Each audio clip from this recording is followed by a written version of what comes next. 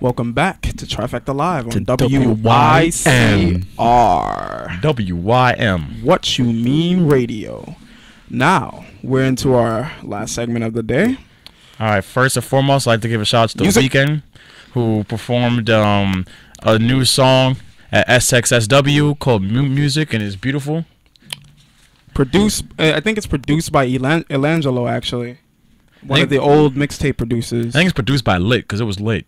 You're lit. Thank you. Woo. Had a good club bass line and everything. Hey, yes. It sounded so smooth. Amazing. It was the beat drop was so amazing. Like I cried. I can't It's wait. a 15. If you guys want to see the clip that we're referencing to, The snippet. look at I am Mark Taylor's Instagram. Or Eangelo's. Oh, I didn't know. Yeah, I didn't know you had that. The original one was on I am Mark Taylor. Yeah, but- Elangelo too, either or. Yeah, but I am Mark Taylor or Angelo's Instagram. But Mark Taylor's Instagram is at I am Mark Taylor. Yes. And you can check out a 15-second clip played 800 times in a row like I did. And, you know. Also, you can also look at it at The Weeknd Bible. You know, at The Weeknd Bible and at Instagram. Or you could go to Kanye too. Or you can go in your heart.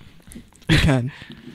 But in another news, we also have another young artist dropping music. He dropped his surprise album. Yes. And surprisingly, both artists that we're going to be talking about today have both undergone surprise album announcements that were very short notice, and both got screwed over by their labels last minute.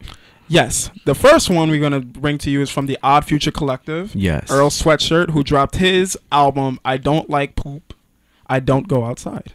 I don't like SH*T. I Don't Go Outside. I don't go outside. An album by Earl Sweatshirt. An album by Earl Sweatshirt. And to see, the thing is about these long titles, if you do not say the whole thing, you're wrong, okay? No, I don't say if you're reading this is too late. Just say You Drake's know what I album. think? I know what I think. Was one I of say my Drake's favorite trash album. I think the Food and Liquor Part... No, the Food and Liquor Part 2... The Lupe Fiasco presents Food and Liquor 2, the Great American Rap Album Part 1. Yes. Such a great album. Yes. Great title. But yes, getting back to Earl Sweatshirt, I heard the album. The album came out a day prior, if I'm not mistaken, to its release. It was supposed to be released on Monday, the same day as To Pimp a Butterfly was supposed to not be released. And I heard. Wait a minute. Is that not just Earl releasing it early on his own though? His own terms? I think it was on his own terms. No, but I'm saying they're supposed to be released on the 23rd, and neither one released on the 23rd. Yeah. Oh, okay. But such parallelism. But yeah, I heard it's a 10-track album, and to get right into it, it was really depressing. It's a very depressing album. Very dark album. And Yes. Earl is quoted saying that he says this is best effort, his most proud effort to date. He's very proud of his album. I personally, of course, I think Doris has more content because Doris, if you guys do not know, that's Earl Sweatshirt's last album. His debut album. And came out in 2013. I love that album a lot. I think it's one of the most lyric albums I've ever heard in my life. He's very talented for somebody who's our age. He's 20, he just turned 21. And but he considers this his best effort to date. And the album is mostly produced by him under his moniker Random Black Dude. That's his producer moniker. As well as Left Brain. Yeah, Left Brain. It went the name Lord something. Lord Aaron or something like that. Yeah, Lord his name is Lord Aaron or something like that on the album credits, but just he's Left Brain. He was also from Odd Future Collective. Yes. Well, I was really happy to see that Odd Future was working together on this. Well, just even if it was just Left Brain and Earl Sweatshirt, I had nostalgia with that. But first and foremost, I really like majority of the songs. Even his first single he released was Grief, and I did not like Grief at first. But I like his delivery overshadows the melancholy of the song itself. I really like Grief. I like the lo-fi beat, but the thing that really caught me was the last part of they are listening to the mood music snippet, and the thing that caught me was the outro. That outro beat is so great to me. Yeah, his production is really underrated. Odd Future also has a tendency to show beats at the end of a song that completely contradict the song's mood, which I like. Like Frank Ocean recently did it with his Aaliyah tribute. Earl Sweatshirt did it at the end of Chum. Chum was beautiful. The drum solo. Just to name a few songs where that has happened. So, guys, be sure to check out the album. It's about a half an hour long because it's 10 tracks. 29 minutes. Just get it. It's featured. It features Vince Staples, and you can't go wrong with Vince Staples and Earl Sweatshirt on one song. They're amazing. Amazing duo. The song isn't as good as Hive, but I don't like comparing songs anyway. It's just an amazing. What about EPAR? I like EPAR a little bit more. I mean, I don't like to compare the songs. Don't go under the connotation of comparing this to his previous efforts, because it's very different. But just going with an open mind. Know that you'll probably feel pretty depressed after you finish listening to it all the way through. Yes. But it's a really good. If you like Earl Sweatshirt, it's worth. Give this album a chance. It's really worth the listen. It's kind of, it differentiates from the typical Odd Future sound. Because it's mostly self-produced and going into his own sound, but it has a really good sound. And there are a few shots of Odd Future in the album, but I digress. I don't want to talk about people's personal issues, but guys, check it out. Okay, we're gonna talk about that later. Next. Hey, what you mean? Yeah, no, like you said, shots at Odd Future on the album.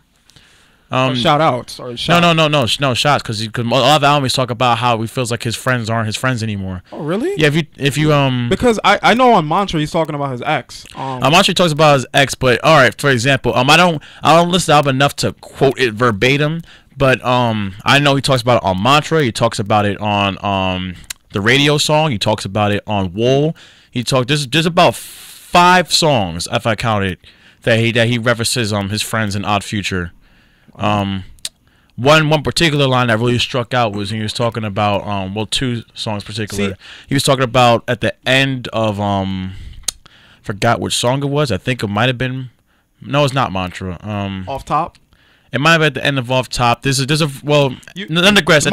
end of his verse, he talks about he cuts the grass of his lawn in hopes that he catches a snake by its tail. That's not the exact but for you guys who don't know the annotate a little bit, when you're talking about cutting somebody's grass, talking about stealing their girl. But with snakes, he references snakes a lot in the album because he's talking about his friends who he doesn't feel like are his actual friends, and he's saying he hopes to catch it by the end of his tail, because if you go back to grass, snakes hide in grass. Yeah. And he's saying he sees a snake eyes hiding in his own grass. It's the grass of your lawn. That means in your home.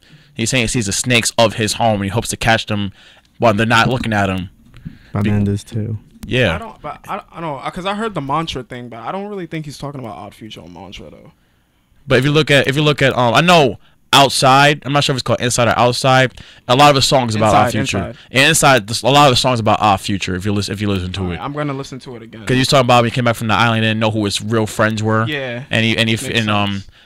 To quote that line, well, not quote it verbatim, but to speak on that line, he talks about how he came back from the islands, how he came back, and it's an open sea, and he's trying to see which fish he will roll with. Oh, okay. Mm. And so that makes sense. And also on Reef, a really deep line. He says you still got these fish, not gonna say the word fish. You guys still got these fish homies eating off of hooks. Yeah. And he's calling, not only it's a triple entendre. He's saying fish that eat actually off of hooks. You got these fishy rappers that eat off of their hooks on songs, and you got his fishy friends eating off of his fame. Okay. Mm. So you listen to the album with that in mind. You'll hear a lot of references to it. So it seems like he's not really on that good terms with his former friends. But guys, check out the album. Check it out on iTunes. Speaking of albums to check out, we have Kendrick's legendary passage in like the world is catalog of greatness called To Pimp a Butterfly. He said check it out. If you haven't already checked this out, you're not in the current world, because you are missing out on some great scripture here. Man, check it all the way. Like, put it in your shopping cart. Go to the first aisle and check it out. Like, check it out. It will change your life. If you haven't heard this album once yet, I don't know where you. Automatically, I like to give Kendrick Artist of the Week. I feel like he deserves it. Spotlight artist. I think I agree with that. I think he's the artist of the year so far. Like, I'm gonna say, and it's funny because last time we was on the show, I made the prediction. I said that Kendrick would be the artist of the year. No, you didn't. Yes, I did. WYN Radio. WYN. I can't make a reference. I don't particularly remember. You guys don't remember? I don't remember who we were saying was going to be artist of the year. I remember I said Kanye West. You said Kanye. I said Kendrick, and he said Joey. Well, we still have to wait because the thing about Kendrick is that a lot of people, Kendrick has received a lot of criticism for this album because the Pimp Butterfly, because it sounds different from his previous album. There's a really strong funk influence on the album, and some people don't really bang. I mean, when I first heard it, I never really liked any Kendrick album when I first heard it. Like the first 10 listens of Good Kid, Mad City, I did not like it. I didn't see what the hype was about. Or Section 80 was his very first album, or Overly Dedicated, his very first mixtape. And this album, I say, you know what, I'm gonna sit down and just listen to it. Just in complete bliss. Just listen to the album, analyze it for myself. Like reading a book, which kind of was a book. It tells a reference to Pimp Butterflies, a reference to Kill a Mockingbird. Very similar premise, which we'll talk about in a few. But yeah, I completely enjoyed the album, and but I know a lot of people don't like it because it has as much replay value as Good Kid, Mad City, which had a lot of singles, and a lot of bangers. Not even bangers. There's a lot of songs you could play over and over and over again, not get tired of, and listen to it on their own. Because Good Kid, Mad City was an amazing, Poetic Justice. You had Mad City. You had Swimming Pools. You had Backseat Freestyle. Just to name a few songs. Money Trees that you can just play in the whip, play when you're at the gym. Play when you're walking your dog. Play when you're walking yourself. Play when you're playing PS4. But just play everywhere. You can play any of those songs. But meanwhile, Section 80. It didn't have as much replay value, but it was just a really good narrative with really good songs. And I feel like that's what this was. It's more reminiscent of his previous efforts. So that's why I appreciate this album. I feel like it's a mix of Good Kid, Mad City, and Section 80 with the funk twist. So in terms of how it sounds. Well, in contrast to that, when I first heard the album, I actually instantly loved it. The intro really got to me because it's a I actually cheated and I looked on Rap Genius first to see, because I wanted to be on par with what I was listening to, and I found the whole concept of Wesley's Theory alone was a genius concept. That the production was off the chains. Honestly, it was my favorite song. I played that song, I replayed that for 5 times. Then I heard the other parts of the album. The only downfall in the album to me that I'm just now getting over is Institutionalized.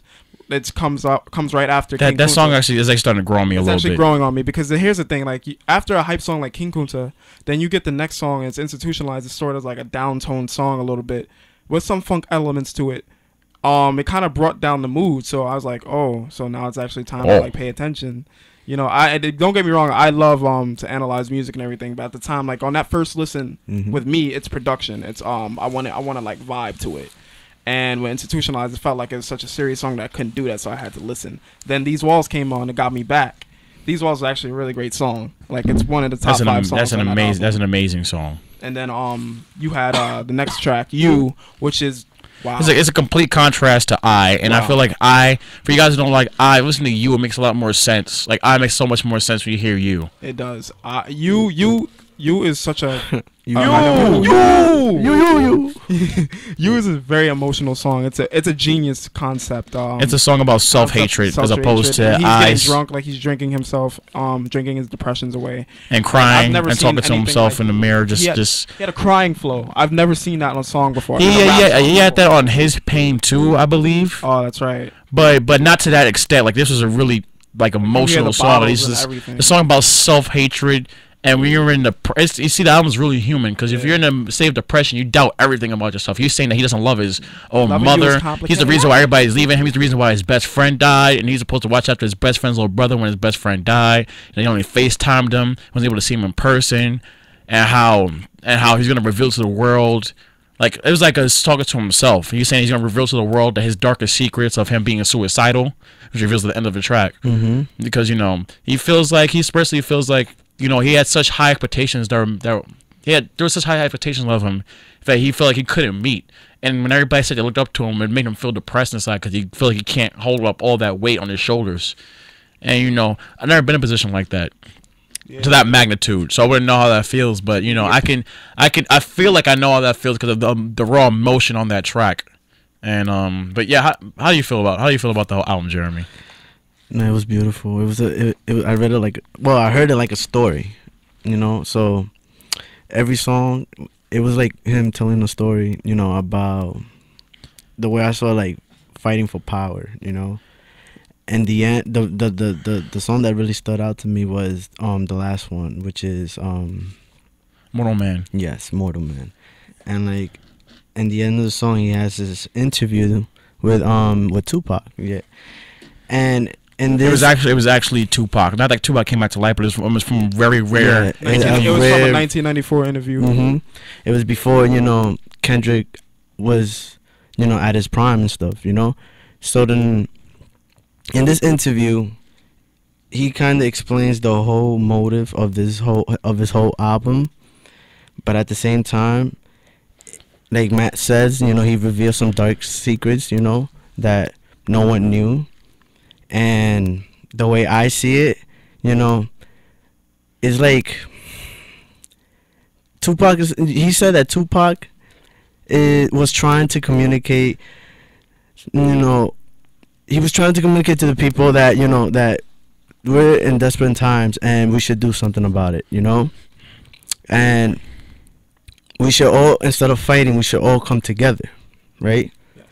And with that being said, he feels like Tupac was inciting like rebellion, like, you know, violent rebellion against, like, for African Americans against the system. Yeah, he was saying eventually, like, it's not going to be about looting anymore. Like, people are actually going to be so fed up to the point where violence will be the answer. Mm-hmm.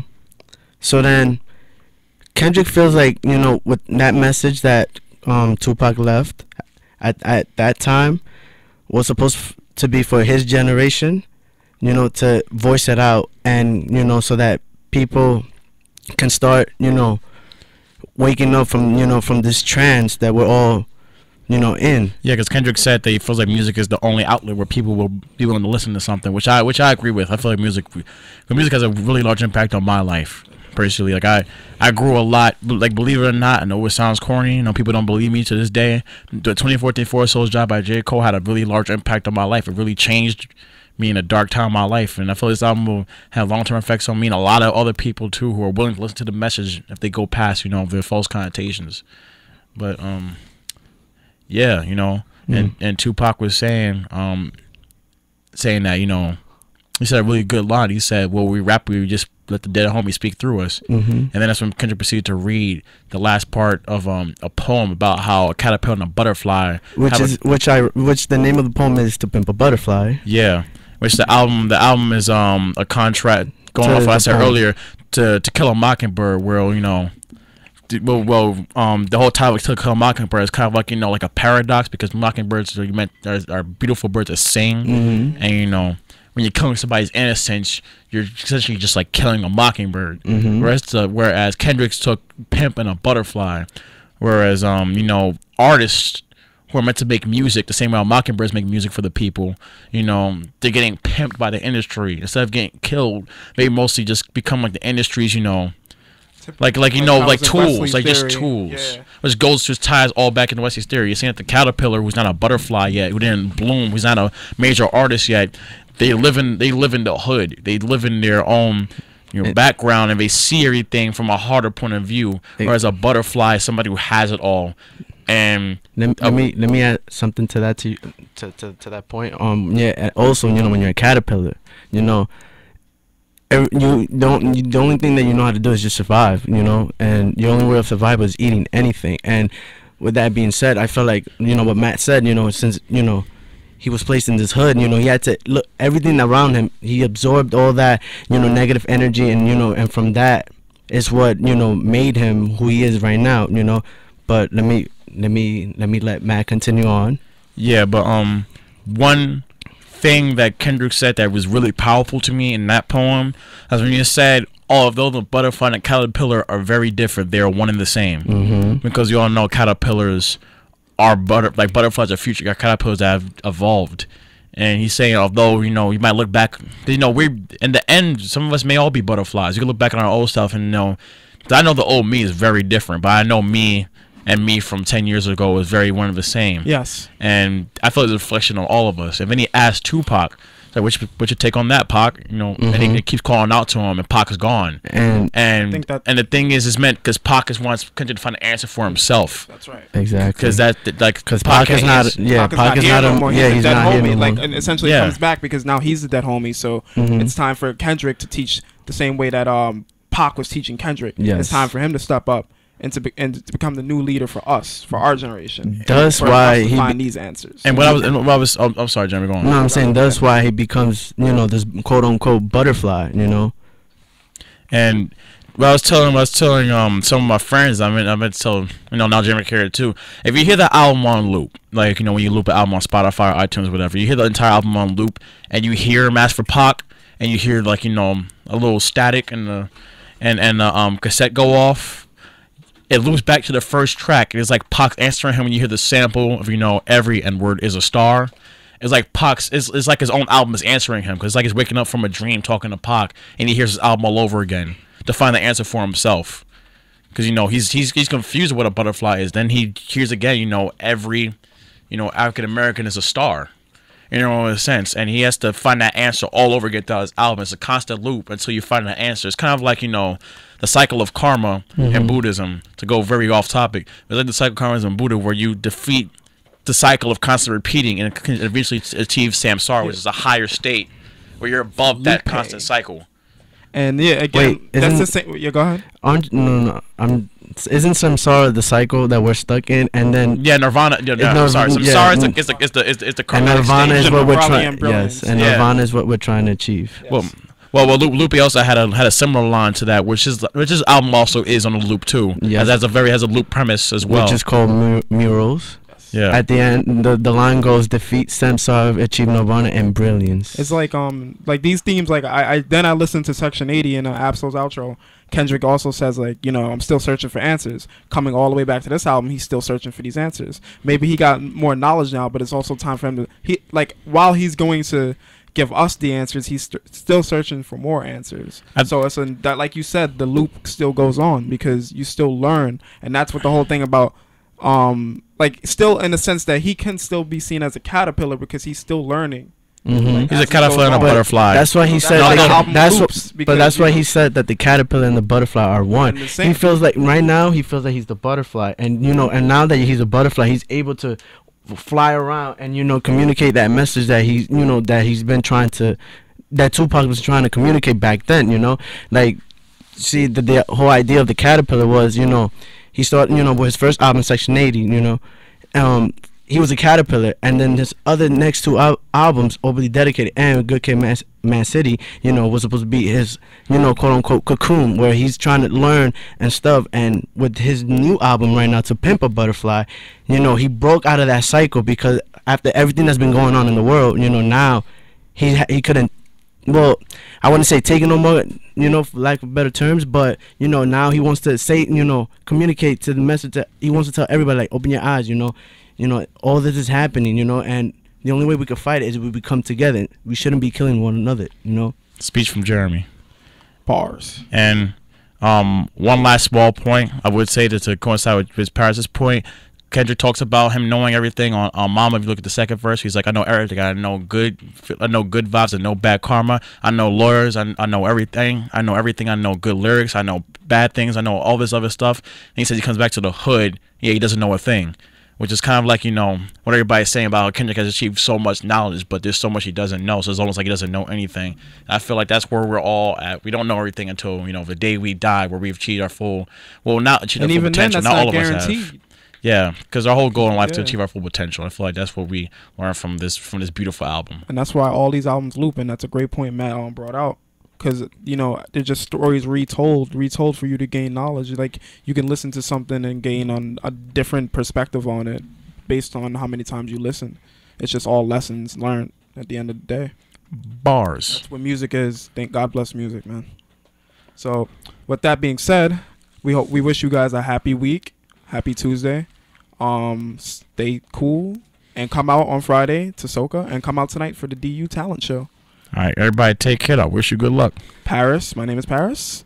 I'm Zeus. I'm J Loco. And this is Trifecta Live on WICR. WYMR Radio. Never fails. Signing off, baby.